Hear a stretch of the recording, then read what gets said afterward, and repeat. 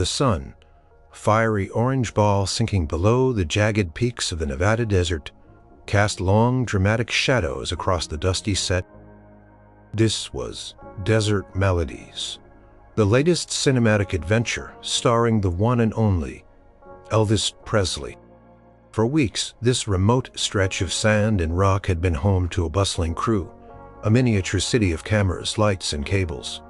Now it was all winding down, and that's a wrap on Desert Melodies. Director Frank Miller's voice boomed through the loudspeakers, cutting through the evening stillness. Collective cheer erupted, a mix of exhaustion and exhilaration. Cameras were lowered, cables coiled in grips, wiped sweat from their brows. Months of early mornings, late nights, and endless takes were finally over. Elvis, still in his dusty cowboy costume, grinned, giving a thumbs up to the crew before heading to his trailer.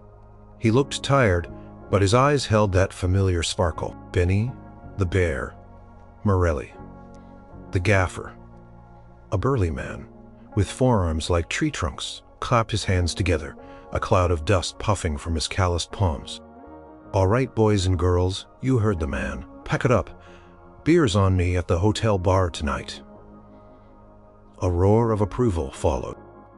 Benny was a legend in his own right, able to string together enough lights to make the desert look like high noon at midnight.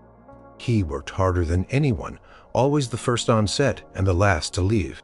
He loved the job, loved the challenge, but he was ready for a break. Across the set, Alara Vance, the costume designer, carefully draped a fringed jacket over a hanger. Her fingers, usually nimble with needle and thread, felt stiff. She'd spent countless hours making sure every stitch, every sequin, every piece of leather was perfect for Elvis's dazzling outfits. She adored the intricate details of historical costumes, and though Desert Melodies was set in the present, she'd infused it with a timeless, rugged elegance. Finally, she sighed to her assistant, pushing a stray strand of hair from her face. "I think my sewing machine might actually miss me." Near the sound mixing board, Arthur, the ear, Jenkins, a lean man with perpetually focused eyes, meticulously disconnected his cables.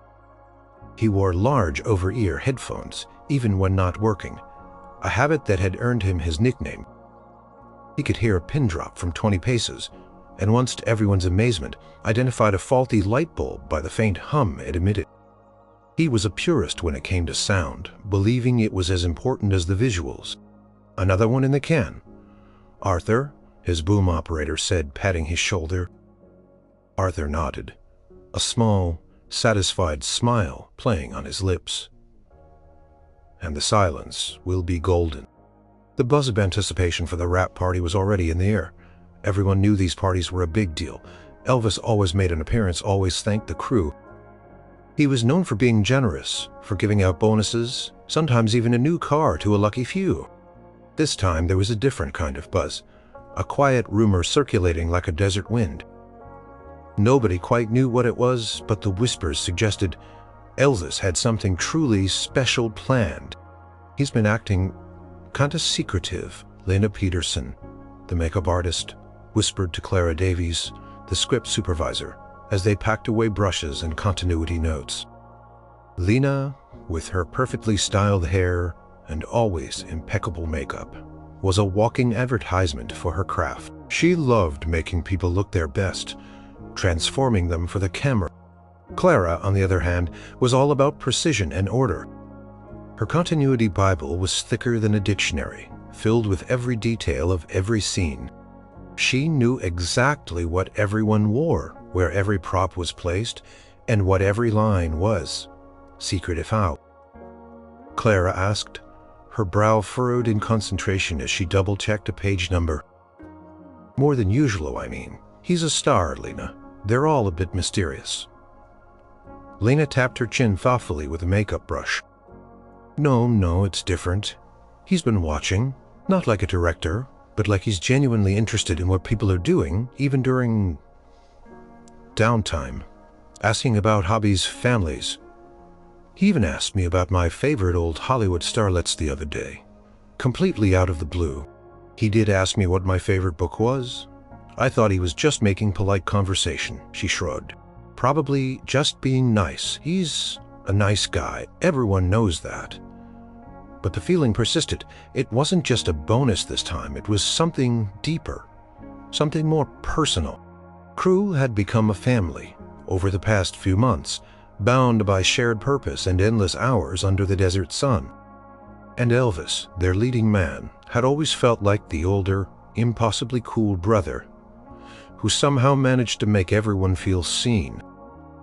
As the last light faded from the sky, a line of cars and trucks began to pull away from the set, heading back towards the bright lights of Las Vegas, where the rap party waited. The desert, once alive with the magic of filmmaking, settled back into its silent, ancient rhythm. Inside his trailer, Elvis peeled off his costume, the dust clinging to the fabric. His assistant Charlie handed him a cold glass of iced tea. "Long day, eh?" Elvis nodded, stretching his arms above his head. "Every day is long, Charlie, but today felt different special." He walked over to a small locked trunk in the corner of his trailer, his eyes gleaming. "You ready for tonight, son?" Charlie grinned, knowing exactly what Elvis meant. He'd been helping the king with his secret project for weeks, meticulously arranging deliveries, making discreet inquiries. It had been an elaborate operation, a quiet mission of appreciation. "Ready as I'll ever be, boss? You think they'll like 'em?" Elvis chuckled. "Oh, I don't think, Charlie. I know." He looked out the window at the receding desert, a thoughtful expression on his face. He'd seen them all, truly. Seen them, not just as cogs in the filmmaking machine, but as individuals, with dreams, hobbies, and hidden passions. And tonight he was going to show them just how much he appreciated every single one of them. King of Rock and Roll was about to become the King of Kindness. The drive to Las Vegas was short, but it felt like an eternity. Elvis reviewed the list in his mind, picturing each face, each person's unique contribution.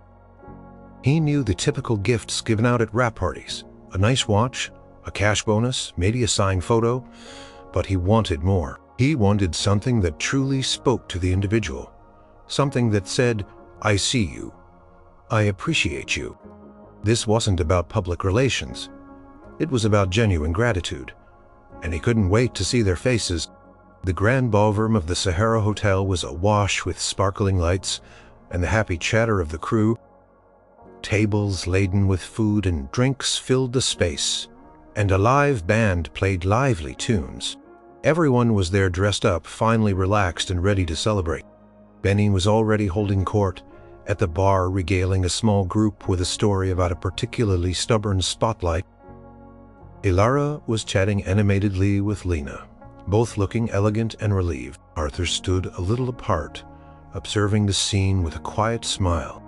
When Elvis finally made his grand entrance, a hush fell over the room, quickly replaced by a thunderous round of applause.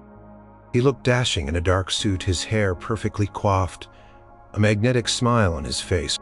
He moved through the crowd, shaking hands, offering warm greetings, making eye contact with seemingly everyone. He had a way of making each person feel like they were the most important one in the room. After about an hour of mingling, director Frank Miller tapped a microphone, signaling for quiet. "All right, everyone. Can I get your attention for a moment?" The noise level gradually died down. Frank, beaming, thanked everyone for their hard work for making Desert Melodies a success. He acknowledged the long hours, the challenges, and the incredible talent that had brought the film to life. Then he turned to Elvis. "And now," Frank announced, "our incredible star, Mr. Elvis Presley, would like to say a few words." Another wave of applause erupted as Elvis stepped up to the microphone.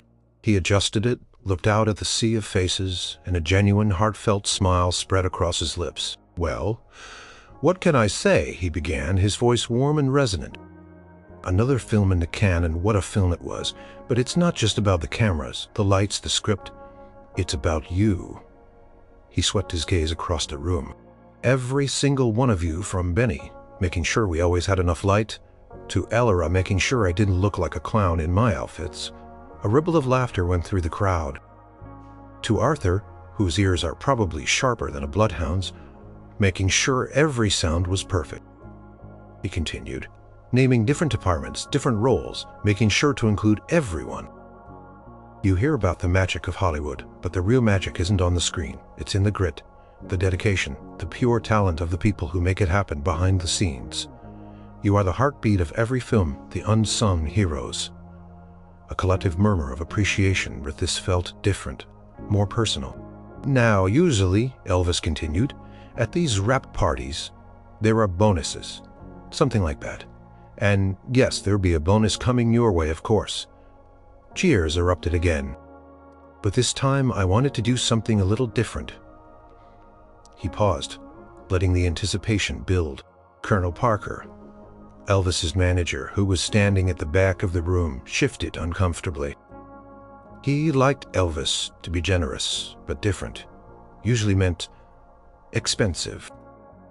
Working on a film set, you spend so much time together, Elvis said, his voice softening. You become a family. You see each other at your best, and sometimes, well, at your absolute worst. He winked. But through it all, you learn things. You learn about each other's dreams, their passions, their little quirks. And I wanted to show you all how much I've appreciated, not just your work, but you as people. He gestured towards a discreetly placed curtain at the side of the ballroom. So, over the past few weeks, I have had a little project going on.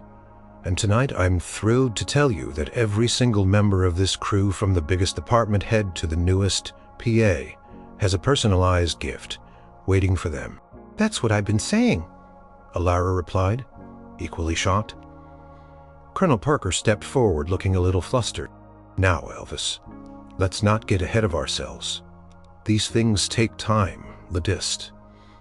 Elvis held up a hand, a playful twinkle in his eye.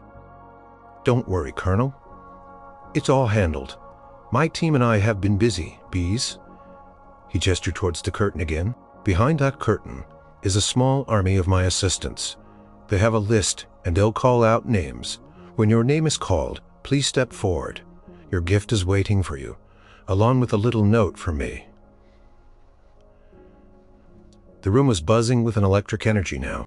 People exchanged excited glances, trying to guess what their gift might be. What had Elvis noticed about them? What small detail had he picked up on? The king's decree had been made, and the crew of Desert Melodies was about to receive the most unexpected, heartwarming surprise of their careers. The next day dawned bright and clear, but the desert heat was already starting to build. Back at the crew's hotel, the buzz from the rap party was still very much alive. The personalized gifts had been the talk of the night, and the morning was dedicated to their distribution. Elvis had arranged for a small antechamber off the main ballroom to be set up with a queue forming outside. His assistants, looking impressively organized, were calling out names one by one. Benny, the Bear, Morelli, the Gaffer, was one of the first in line. He was a practical man, not one for sentimentality, but even he couldn't deny the curiosity churning in his gut. What could Elvis possibly give him?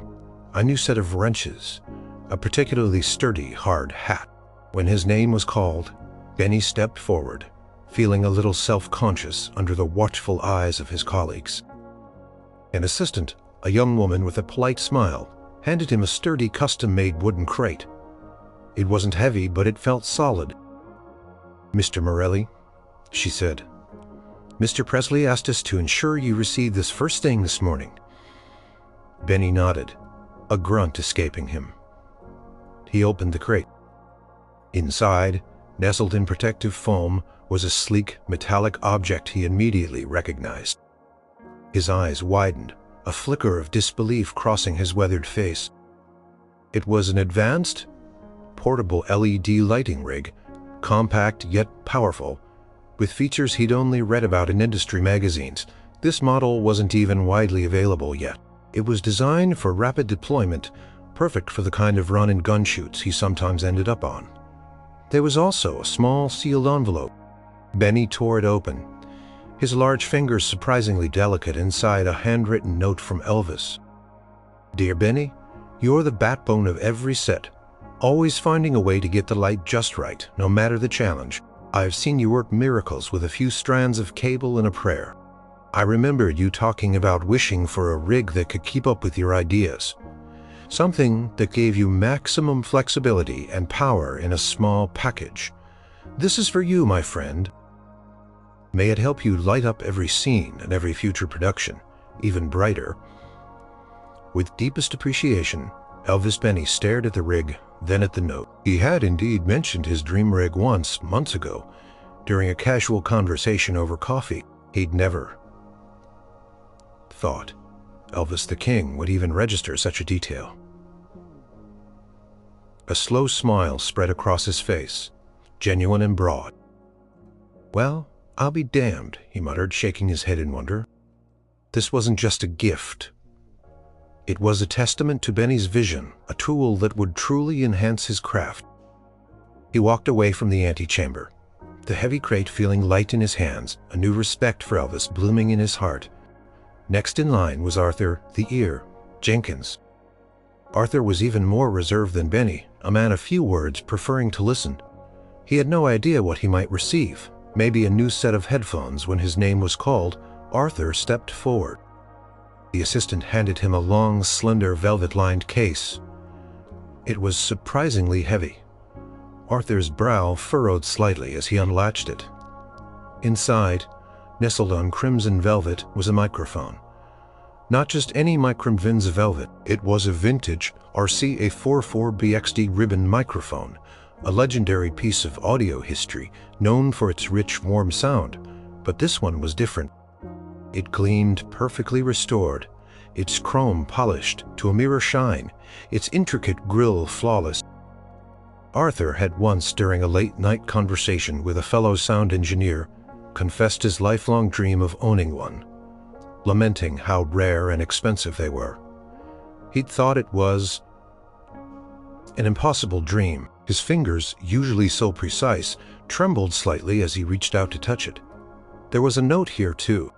To Arthur, the man who hears everything, I've always been amazed by your precision, your dedication to perfect sound. You catch every whisper, every nuance, ensuring the audience feels truly immersed. I remembered you talking about the golden age of audio and how you dreamed of capturing sound with the warmth of a classic ribbon. This RCA44BX, meticulously restored, is a testament to your passion. May it help you continue to create beautiful, authentic soundscapes with deep gratitude. Elvis Arthur didn't say a word. He couldn't. His eyes, usually so keen and observant, were now bright with unshed tears. He gently lifted the microphone, holding it like a precious speck. It was more than a tool. It was a piece of history, a symbol of his life's passion given to him by the biggest star in the world who had somehow, inexplicably, known his deepest desire. He walked away in a daze, the microphone case clutched tightly to his chest, the weight of the gift and the kindness behind it sinking inward. Spread quickly, Benny's rig, Arthur's microphone. These weren't just expensive items. They were specific, thoughtful, and deeply personal. They showed that Elvis hadn't just paid someone to buy generic gifts. He had listened. He had observed. And now the rest of the crew waited in line, a mixture of anticipation and wonder, eager to see what secret he had uncovered about them. The gift distribution continued throughout the day, transforming the hotel lobby into a parade of unexpected treasures and emotional reactions. Ilara Vance, the costume designer, had been practically buzzing with anticipation since hearing about Benny's and Arthur's gifts. What could Elvis have possibly picked for her? She loved fabrics, historical patterns, and the tactile nature of textiles. When her name was called, Ilara floated forward. She was presented with a large, beautifully wrapped box. Her hands, usually so confident with a needle, trembled slightly as she opened it. Inside, nestled amongst layers of tissue paper, was a loom, but not just any loom. This was an antique hand loom, its wooden frame exquisitely carved, its brass fittings gleaming, clearly lovingly restored. It looked like something from a bygone era, a piece of art in itself. And beside it, in a smaller box, were skeins of raw silk and rare naturally dyed wool, colors she'd only ever seen in museums. There was, of course, a note to Alara, the master weaver of dreams. I've watched you bring fabric to life, turning simple cloth into magic.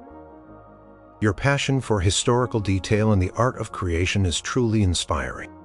I remember you once sketching patterns during a break, talking about the beauty of handmade textiles. This antique loom, along with these rare fibers, is for you. May it inspire you to weave your own beautiful stories, thread by thread, beyond the costumes you design for the screen. With admiration, Alara's eyes welled up. She'd casually mentioned her desire to try hand weaving to understand the craft from the ground up. Once in a fleeting conversation with the wardrobe assistant, she hadn't realized Elvis had been close enough to overhear. This wasn't just a gift, it was an invitation, a tangible encouragement to pursue a deeper artistic calling she hadn't even fully vocalized. She ran her fingers over the smooth wood of the loom, feeling its history. Its potential tears streamed down her face, tears of profound gratitude. "He saw me," she whispered, her voice choked with emotion. "He truly saw me." Lena Peterson, the makeup artist, watched Alara, a lump forming in her own throat. She was next. Lena prided herself on her composure, but her heart was doing a frantic samba. She often talked about her love for classic Hollywood, for the iconic looks of the Golden Age. Could Elvis have picked up on that? Her gift was a heavy leather-bound book and a sleek, custom-designed wooden case. She opened the book first. It was a first edition, signed copy of Making Faces, the seminal work by Jack Pierce, the legendary Universal Monsters makeup artist. Lena gasped. This book was a holy grail for makeup artists, almost impossible to find. Let alone a signed first edition, her fingers traced the elegant signature on the title page. Then she opened the wooden case. Inside lay a set of the finest professional makeup brushes, each one custom made with her initials subtly engraved on the handles. These weren't just brushes, they were instruments of artistry, designed for precision and perfection. Her note read, "To Lena, the magician of faces, you transform appearances with such skill and artistry, making every character come alive. Your passion for the greats of makeup and your dedication to the craft has always impressed me. I recall you speaking of Jack Pierce's genius and your admiration for the tools that empower true artistry. May this book inspire your imagination, and these brushes be the extension of your talent. Keep making the world beautiful. With warmest regards, Elvis." Lena pressed the book to her chest, her carefully applied makeup threatening to smudge with tears. She had mentioned Jack Pierce's book in passing, a wistful wish for a copy that seemed forever out of reach.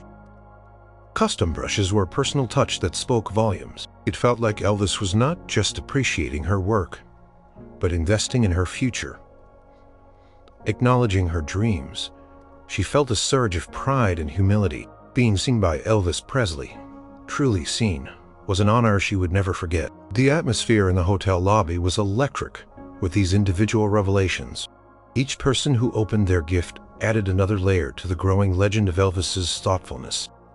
The gifts weren't about monetary value as much as they were about the profound personal connection. It wasn't just a nice gesture.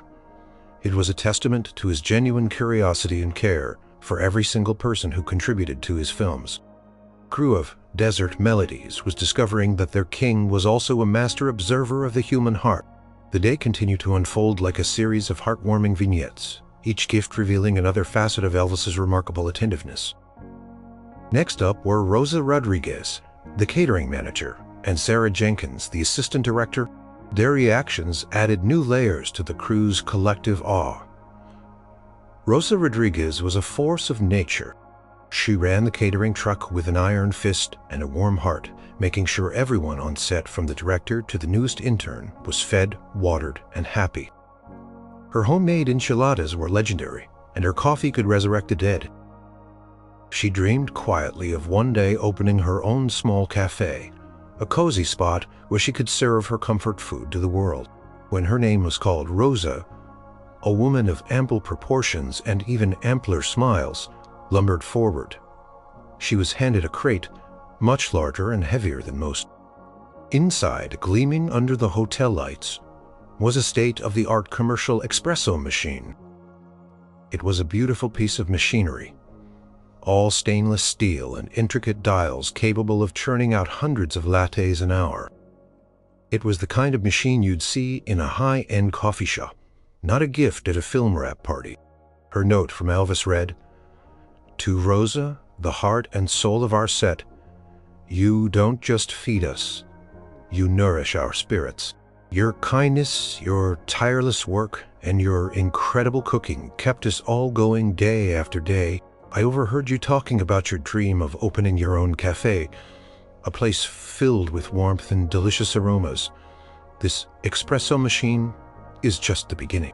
May it brew endless cups of joy for you and your future customers. I'll be first in line when your doors open." With heartfelt appreciation, Elvis Rosa's eyes, usually sparkling with good humor, filled with tears. She told her dream to only a handful of trusted friends, never imagining anyone else had heard, let alone Elvis Presley himself. This wasn't just a gift, it was a massive step towards realizing a lifelong ambition. The machine alone cost more than she made in a year. She threw her arms around the assistant who had handed her the gift, mumbling, "Gracias, gracias, e Dios," before remembering who it was truly from. She cradled the note, her usually boisterous laughter replaced by soft, happy sobs. "He knows," she whispered to herself. "He really knows." Sarah Jenkins, the assistant director, was a whirlwind of efficiency. Young, sharp, and fiercely ambitious, she moved with purpose, barking orders, solving problems, and always, always learning. Her ultimate goal wasn't just to be an AD. She wanted to direct. She devoured film theory books in her spare time, scribbled story ideas in notebooks, and shadowed Frank Miller at every opportunity. When her name was called, Sarah, who had been impatiently pacing, suddenly felt a wave of nerves. She was handed a thick official-looking envelope, not a box. Her heart sank slightly. Had she just gotten a bonus check? She opened it. Inside wasn't money, but a letterhead from the prestigious American Film Institute. It was an acceptance letter along with confirmation of a full 2-year scholarship to their renowned directing program. Her jaw dropped. Sarah had applied to AFI years ago but couldn't afford the tuition. She put that dream on hold, telling herself she'd save up. This was impossible. Attached was Elvis's note. "To Sarah, the director of tomorrow, your dedication, your leadership, and your incredible eye for detail have not gone unnoticed. I've seen the way you watch the monitors, the way you speak to the actors, the way you handle the entire set with such command. You have the spark, Sarah, the natural talent to lead and create. I heard you mention your dream of directing and your admiration for AFI. This scholarship is my way of investing in your brilliant future. Go out there and make magic, Sarah. I'll be waiting for your first premiere with immense belief in your talent." Elvis Sarah felt lightheaded. Her hands trembled, clutching the letter like a winning lottery ticket. She, who was always in control, suddenly felt overwhelmed. Tears stung her eyes, but these were tears of absolute joy and disbelief. This was more than a gift. It was a profound vote of confidence, an open door to a future she thought was years, if not decades away. She looked up, scanning the faces of her colleagues, a silent promise forming in her mind. She wouldn't let him down. The day was filled with such moments. Elvis wasn't just giving material possessions. He was empowering dreams, recognizing hidden aspirations, and changing lives. Crew, already a tight-knit family, was now bound by a shared sense of profound gratitude and wonder at the generosity and perceptiveness of their king. The extraordinary parade of personalized gifts continued to astound the crew. Each new revelation added to the growing legend of Elvis's almost supernatural perceptiveness. It became clear that the king wasn't just generous. He was deeply observant, picking up on the quietest passions and the most hidden talents. Mikey the Mute Henderson, the boom operator, was a prime example. Mikey was a young man barely out of his teens, painfully shy.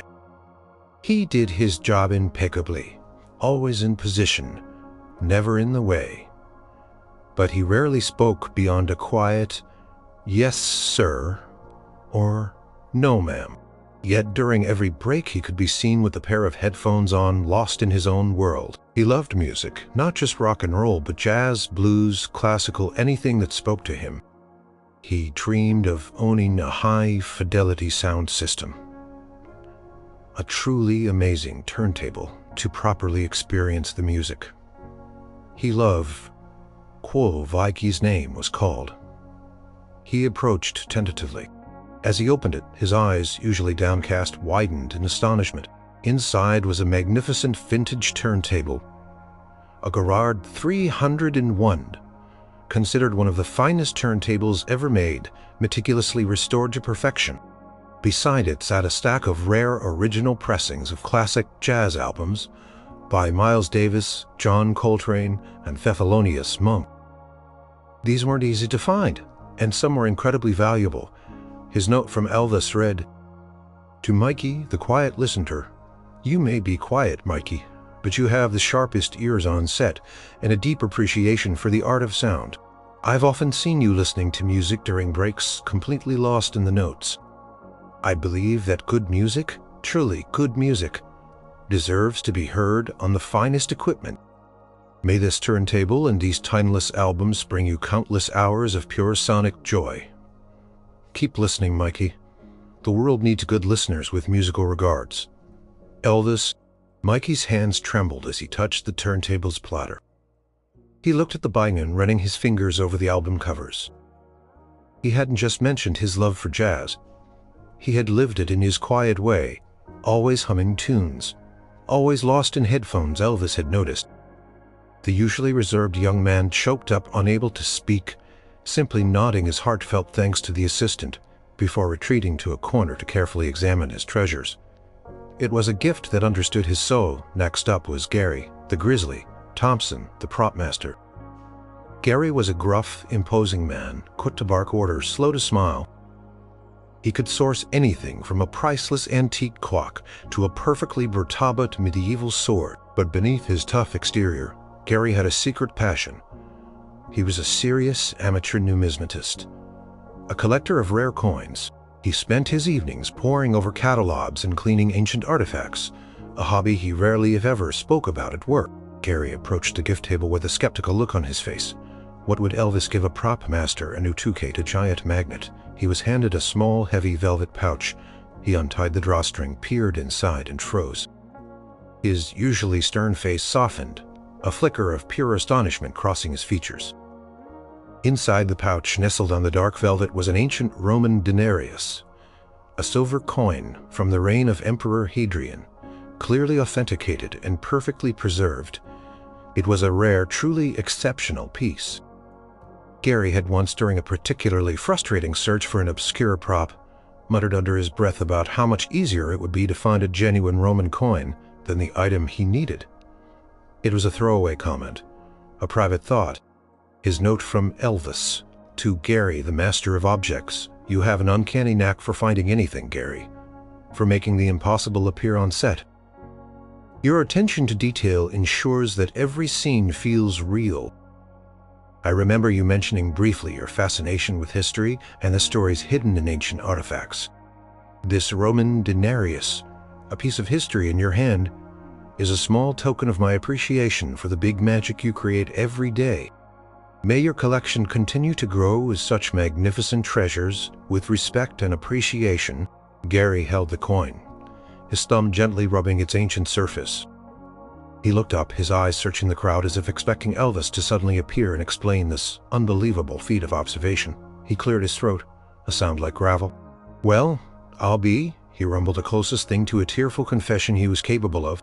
The gruff prop master, known for his unyielding demeanor, was utterly disarmed. This gift wasn't just a valuable coin. It was a recognition of a private, cherished part of his life, a part he thought no one on set had ever noticed. The more gifts that were revealed, the more profound the crew's admiration for Elvis grew. He wasn't just a megastar. He was a human being with an astonishing capacity for kindness and genuine interest in the lives of others. The king of rock and roll was proving himself to be a king of hearts, leaving a lasting impression on every single person in his film family. As the sun reached its zenith, casting blinding white light through the hotel windows, the line for gifts showed no sign of diminishing. Each new recipient emerged with a story of disbelief and gratitude, further cementing Elvis's reputation as the most thoughtful star they had ever worked with. Collective consciousness of the crew shifted from polite appreciation to genuine wonder. Jax, the jester Reynolds, the stunt coordinator, was a man built like a brick wall, with a perpetually mischievous glint in his eye. He lived for adrenaline, for orchestrating breathtaking sequences that looked impossible but were meticulously safe. Beneath his daredevil exterior, Jax was also a dedicated martial artist, constantly honing his skills, always striving for perfection in his craft. He admired the legendary martial artists of the East, often talking about their discipline and philosophy. When Jax's name was called, he swaggered forward, a confident grin on his face. He received a long, heavy case. As he opened it, his jaw usually set in a determined line, drop. Inside lay a custom-made state-of-the-art training dummy, specifically designed for martial arts practice, engineered to provide realistic resistance and movement. It was a piece of equipment he'd only dreamed of, something he couldn't justify buying for himself. But that wasn't all. Tucked beside the dummy was an elegantly calligraphed scroll. Jax unrolled it. It was an official invitation to a private week-long training seminar with Master Lee, a reclusive martial arts grandmaster Jax had spoken about with almost reverence, a man whose techniques he had studied from afar for years.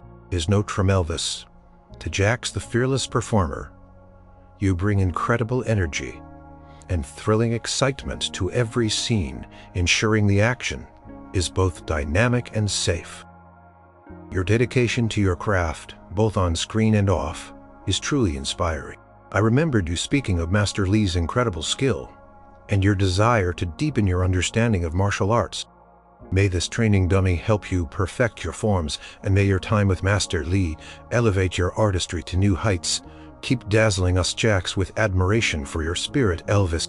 Jax, who could take a punch without flinching, felt an uncharacteristic tremor. He stared at the dummy, then at the invitation, his eyes wide. He'd mentioned Master Lee once in a casual conversation with a grip during a long waiting period, expressing a wistful desire to train with him, knowing it was an impossible dream. Elvis hadn't just heard it, he'd made it happen. The jester was speechless, humbled by such profound thoughtfulness. He gave a rare, genuine smile, a testament to the depth of his surprise and gratitude. "Well, I'll be," he managed to choke out, rubbing the back of his neck. "He's something else, ain't he?" Next was Clara Davies, the script supervisor. Clara was the definition of meticulous. Every detail, every word, every prop placement was logged, double-checked, and cross-referenced in her famous Clara's Bible, her comprehensive continuity notes. She was a quiet intellectual, a passionate reader, especially of classic plays and literature, often losing herself in their intricate worlds during breaks. Clara approached the gift table with her usual air of calm efficiency. She received the carefully wrapped package. As she opened it, she gasped. It was a first-edition signed collection of plays by a relatively obscure yet brilliant 19th-century playwright she adored, whose work she had only ever been able to find in tattered library copies. The book was beautifully bound, a true collector's item. Beside it in a slim case was a vintage Remington portable typewriter, beautifully restored, its keys gleaming, complete with a fresh ribbon. Clara, a stickler for neatness, sometimes complained good-naturedly about the messiness of modern pens and paper, preferring the crisp precision of type. Her note from Elvis to Clara: "The guardian of detail, your precision and unwavering dedication to continuity are the bedrock of every film. You ensure that our stories unfold without a single misplaced word or prop. I know you love the classics and appreciate the beauty of language in its purest form. This rare collection is for the mind that finds joy in words, and this vintage typewriter for the clarity and order you bring to everything you touch. May your thoughts always flow as perfectly as your continuity, with deep respect for your craft. Elvis. Clara, usually composed and reserved, felt a lump form in her throat. She had indeed mentioned her love for that particular playwright, once in a fleeting conversation with a set dresser expressing her frustration at the rarity of his collected works. And the typewriter. She'd always had a soft spot for them. This wasn't just a gift. It was a profound acknowledgement of her inner world, a quiet affirmation of her passions beyond the hustle of the set. She held the book to her chest, her eyes misting over. He really truly listened. The quiet perfectionist had been utterly charmed. The realization was setting in. Elvis wasn't just giving gifts. He was reflecting back to each person their unique spirit, their deepest desires, proving that even the biggest star could see the individual, the heart, in every single member of his crew. The generosity was overwhelming, but the thoughtfulness was truly heartwarming. The afternoon sun was beginning its descent, painting the hotel lobby in warm hues as the last of the crew members came forward to receive their gifts. The air was thick with shared stories and newfound appreciation for Elvis. Even those who had received their gifts hours ago lingered, eager to hear about their colleagues' surprises. Fast Freddie Miller, one of the primary drivers, was a quiet, unassuming man in his late 50s. He'd spent decades behind the wheel transporting equipment tasked in crew across the country. His true passion, however, lay in the meticulous restoration of classic cars in his garage back home, a hobby he rarely discussed at work. He was currently in the midst of a years-long project to restore a vintage Ford Thunderbird. When Fred's name was called, he approached a little sheepishly, a baseball cap pulled low over his eyes. He was handed a heavy, oddly shaped box. As he opened it, a broad, surprised smile spread across his face, revealing a missing front tooth. Inside, nestled in custom-cut foam, was a complete, vintage, and incredibly rare factory tool kit, specifically for early Ford Thunderbirds, the exact kind of comprehensive set he'd been searching for to complete his restoration. Tucked into a smaller compartment was a gleaming, chrome-plated carburetor, a specific hard-to-find part for the same Thunderbird model he was restoring, a part he'd been hunting for months, if not years. His note from Elvis: "You get us where we need to go, always on time, always safely. Your dedication to the logistics of our lives on the road is truly invaluable. I remember hearing you humming a classic car tune once, and the way your eyes lit up when you saw an old Ford Thunderbird. This vintage two-cot and that elusive carburetor are for your passion project. May they help you bring that beautiful machine back to life. I look forward to seeing her on the road, with appreciation for the miles you put in, Elvis." Fred stared at the carburetor, then at the two-quote, his jaw slightly ajar. He'd hummed that tune, sure, and he'd probably gazed wistfully at a Thunderbird someone else was driving, but he'd never actively talked about his restoration project. Yet Elvis had somehow noticed, connecting the dots. Fred, a man of few words, simply shook his head, a genuine chuckle rumbling from his chest. "That man," he said, turning to a production assistant. "He's got eyes everywhere, don't he?" The gift was perfect, directly aiding a quiet, consuming passion. Finally, it was Jenny Hayes' turn, the youngest and newest production assistant on the crew. Jenny was bright-eyed and enthusiastic, always eager to help, always carrying a small personal camera, trying to learn the ropes of filmmaking. Her dream was to be a cinematographer, but she knew she had a long way to go. Jenny's gift was a slim, professional-grade camera bag. Inside, her breath caught. It was a brand-new top-of-the-line 16mm film camera, complete, with a set of prime lenses. This was no amateur toy. This was a serious piece of equipment, a professional's tool. And with it, a lifetime subscription to the latest, most powerful video editing software, along with a note that also included a paid registration for an online cinematography. Masterclass. Her note from Elvis to Jenny, the future visionary. You're new to the game, Jenny, but your eagerness, your sharp mind, and your passion for learning are evident every day. I've seen you always with your camera, trying to capture moments, always observing. This professional camera editing software and masterclass are for that spark I see in you, that potential to tell stories through light and motion. Keep learning, keep experimenting, and never stop chasing your vision. I have a feeling you're going to do great things. With encouragement and belief, Elvis. Jenny's eyes welled up instantly.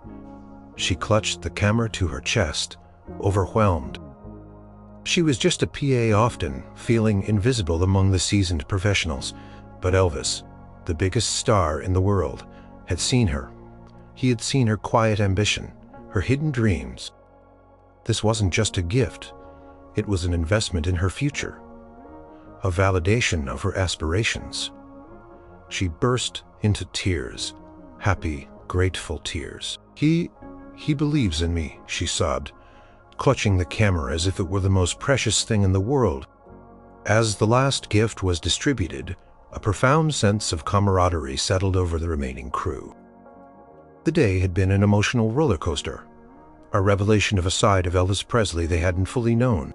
He wasn't just generous with money, he was generous with his attention, his understanding, and his genuine care for the people who helped him shine.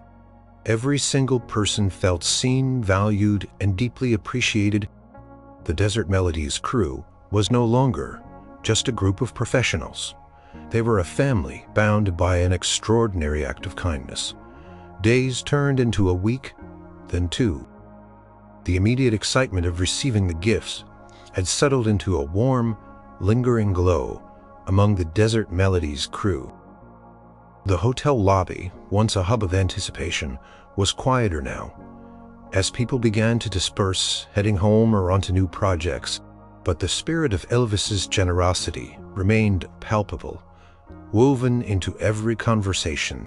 At the hotel's breakfast buffet one morning, Clara Davies, the script supervisor, sat with Lena Peterson, the makeup artist, and Alara Vance, the costume designer. Clara still cradled her signed book and admired her vintage typewriter. Lena occasionally touched the custom brushes in her bag, and Alara had already shipped her loom home, eager to begin her weaving projects. I still can't get over it, Lena mused, stirring her coffee. Jack Pierce's book. And those brushes. It's like he knew exactly what I fantasized about. Exactly, Alara exclaimed. My loom and those rare threads. He couldn't have known I even thought about hand weaving unless he was some kind of mind reader. Clara, ever the meticulous bearer, tapped her chin. He's not a mind reader, but he is an incredible observer and a fantastic listener. Think about it. When did we ever actually talk to him one-on-one about these things? Lena frowned. Not often. Usually just polite chit-chat during makeup touch-ups. How's the family? Anything good playing on the radio? Exactly, Clara said. But he must have been listening in on our conversations with other people, or noticing little things like Mikey, always having his headphones on, or Fred always looking at classic cars parked on the street. He asked me about my favorite historical periods once, Alara recalled, a light dawning in her eyes. He was getting his boots fitted, and I was talking to my assistant about how 13th century. He just leaned over and asked, "What's your favorite? Alara? Any period you wish you could just disappear into?" I told him the medieval era and about the beauty of early weaving. He asked me about what I do outside of work, Lena added, snapping her fingers. I told him I loved watching old movies, especially the black and white ones, and trying to replicate the makeup looks from Hollywood's golden age. I must have mentioned Pierce in passing, and he asked me about my hobbies, Clara said, remembering. I told him I was a big reader, especially of classic plays, and joked about how hard it was to find good, readable copies of some of the older playwrights. pattern began to emerge, connecting their individual experiences. It wasn't direct interrogation. It was casual observation, overheard snippets of conversation, a remarkable ability to connect seemingly disparate pieces of information. Elvis wasn't just present on set. He was truly engaged with the lives of the people around him. Across the room, Benny the Bear Morelli was showing off a photo of his new lighting rig to Gary the Grizzly Thompson, who in turn had his prized Roman coin tucked carefully into his wallet. "Honestly, Benny," Gary rumbled, his voice softening, "I thought he just gave out watches, but this coin, this is something else." "How'd he even know I collected them?" "I never told." "Same here. I was talking to one of the grips complaining about how all the new rigs were too clunky. For quick setup, said I wished someone would invent one that was powerful but light. Just offhand, you know, never thought Elvis was even in earshot." The understanding spread through the crew like wildfire. Elvis wasn't just a giving man, he was a seeing man. He had paid attention when no one else would have thought to. He'd remembered throwaway lines, noted subtle gestures, and connected quiet passions. It wasn't about money for him. It was about acknowledging the humanity and individual dreams of every person on his team. Later that day, as some of the crew prepared to leave, a small farewell gathering spontaneously formed in the lobby. Rosa Rodriguez, beaming, passed around samples from her new commercial espresso machine. "First batch for my future cafe," she announced, her voice filled with pride. Sarah Jenkins, clutching her AFI acceptance letter, shook hands with the director. Frank Miller. "Thank you, sir," she said, her voice brimming with purpose. "I'm going to make you proud." The atmosphere was one of profound appreciation and a renewed sense of shared purpose. Elvis had given them more than gifts. He had given them validation, encouragement, and a powerful reminder that their work and their lives truly mattered. They had come to Desert Melodies as a crew, but they were leaving as a family, each carrying a piece of the King's extraordinary kindness with them. The heartwarming impact of his gestures would ripple through their lives, inspiring them long after the final shot had faded to black. Weeks turned into months, and the crew of Desert Melodies scattered like seeds in the wind, each person carrying not just a memory of the film, but a tangible piece of Elvis Presley's extraordinary kindness. Personalized gifts weren't just objects. They were symbols of validation, sparks for new beginnings, and constant reminders that they had been truly seen by one of the world's biggest stars. Rosa Rodriguez's Dream Cafe, Desert Melodies Coffee, opened its doors 6 months later in a cozy spot just outside Las Vegas. Commercial espresso machine, a gleaming centerpiece, churned out perfect lattes and cappuccinos. On the wall, framed above the counter, was the note from Elvis. Rosa, her smile wider than ever, often told the story to her customers, especially when they commented on the beautiful machine. "It's not just a gift," she'd say, wiping down the counter with a practiced hand. "It's a blessing. It's what made this possible." Her cafe quickly became a local favorite, a warm, welcoming hub, just as she had always dreamed. Sarah Jenkins was already halfway through her first semester at the American Film Institute. The scholarship from Elvis had been a game-changer. She was excelling, absorbing every lesson, pouring her boundless energy into her studies. She often thought of Elvis's note, "The director of tomorrow," and felt a surge of determination. She knew the path was long and hard, but she had a powerful advocate in her corner, someone who believed in her before she even truly believed in herself. She'd occasionally send Elvis's office a short, grateful update, though she never expected a reply. Just the act of sending it, a small way of saying thank you again, felt important. Benny Morelli's new portable lighting rig quickly became his secret weapon on subsequent sets. He found himself able to achieve dynamic lighting effects in places that were previously impossible. He worked more efficiently, more creatively, and his reputation as a gaffer who could truly work miracles grew. He still referred to it as Elvis's rig, a badge of honor. He'd grumble about the new generation of lights, but then he'd wink. "Course this one, This one's different. King's choice, you know. Arthur Jenkins, the sound engineer, had set up his vintage RCA 44BXD microphone in his home studio, carefully placed on a stand. He was using it to record small musical projects. He was passionate about capturing sound with a warmth and depth he'd only dreamed of. The rare Jazz Paimon collection provided endless hours of listening pleasure. He felt a quiet pride. Every time he looked at the microphone, a testament to Elvis's understanding of his deep, abiding love for pure sound. Alara Vance now spent her evenings at her restored antique loom, weaving intricate patterns with the rare threads Elvis had given her. She found it therapeutic, a way to express her artistic vision beyond the demands of costume design. She was even starting to think about floating her textile art. "He opened up a whole new world for me," she told Lena during a phone call. "A part of myself I hadn't fully explored." Lena Peterson cherished her signed Jack Pierce book and her custom brushes. The book sat on her bedside table, a constant source of inspiration, and the brushes were her most prized tools, used with reverence. She often thought about Elvis's words, "Keep making the world beautiful," and it fueled her passion. Even Gary Thompson, the gruff prop master, kept his Roman denarius safe in a special display case at home, often taking it out to admire. It was more than a coin. It was proof that someone had seen past his tough exterior to his quiet, scholarly passion. And Jax Reynolds, the stunt coordinator, had taken his private training with Master Lee return a training of his craft. He knew Elvis's gift had truly elevated his life. The ripple effect of Elvis's generosity was immeasurable. It wasn't just about the monetary value of the gifts, though many were incredibly expensive. It was about the profound act of being seen, understood, and genuinely appreciated.